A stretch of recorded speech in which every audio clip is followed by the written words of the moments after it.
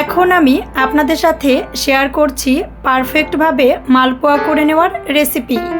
ঠিক একই রকমভাবে সুস্বাদু করে মালপোয়া করে নেওয়ার জন্যে কোনো প্রকার স্কিপ্ট না করে ফুল ভিডিওটি আমার সাথে থেকেই দেখে নিন।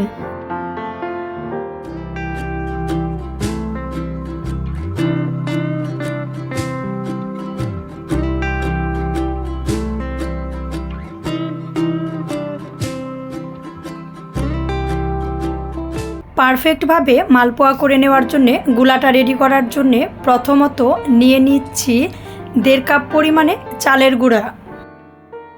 এর সাথে আরও নিয়ে নিচ্ছি 2.5 কাপ ময়দা, 1.5 কাপ পরিমাণে সুজি জল দিয়ে খুব ভালো করে বেশ অনেকটা টাইম ভিজিয়ে রেখেছিলাম, এর সাথে দিয়ে দিচ্ছি।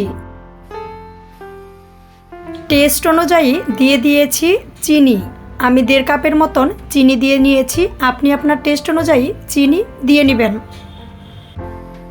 এর সাথে আরও দিয়ে দিচ্ছি 1/2 কাপ গুড়। আপনি ইচ্ছা করলে হয়তোবা গুড় নয়তোবা চিনি যে কোনো একটা দিয়েও করে নিতে পারেন। আমি গুড় আর চিনিটা একসাথে দিয়ে নিয়েছি। গুড় দিলে পিঠাগুলো খেতে খুব বেশি ভালো লাগে, এর জন্যে বেশ কিছুটা গুঁড়ো এর সাথে দিয়ে নিয়েছি। অল্প পরিমাণে দিয়ে দিচ্ছি কর্নফ্লাওয়ার। কর্নফ্লাওয়ার দিয়ে দিলে কিন্তু মালপোয়ার টেস্টটা খুব বেশি ভালো আসে, এর জন্যে অল্প পরিমাণে কর্নফ্লাওয়ার দিয়ে দিয়েছি। অল্প পরিমাণে দিয়ে নিয়েছি মৌরি। মৌরিগুলো কিন্তু আমি খালি কড়াইতে কিছু টাইম ভেজে নিয়ে রেখে দিয়েছিলাম, ওইখান থেকে অল্প পরিমাণে দিয়ে নিয়েছি।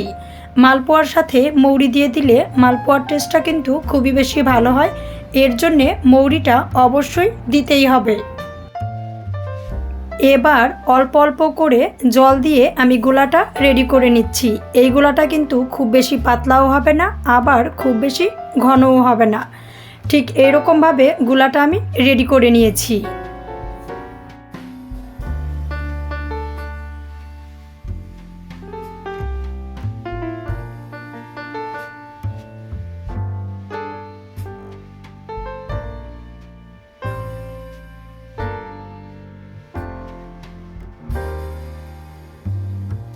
এবার তেল খুব ভালো করে গরম হয়ে গেলে অল্প অল্প করে মিশ্রণটা আমি গরম তেলে দিয়ে নিচ্ছি।